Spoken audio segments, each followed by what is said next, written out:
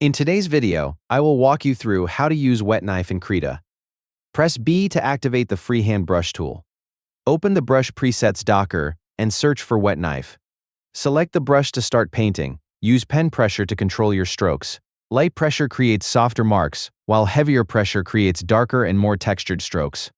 Start with light strokes to build your shapes and colors. Add more pressure or paint over areas multiple times to create stronger texture and depth. For larger painted areas, increase the brush size using shift and drag or the size slider.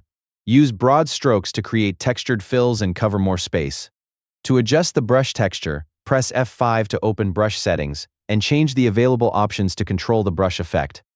The wet knife brush is designed to create a natural paint scraping texture.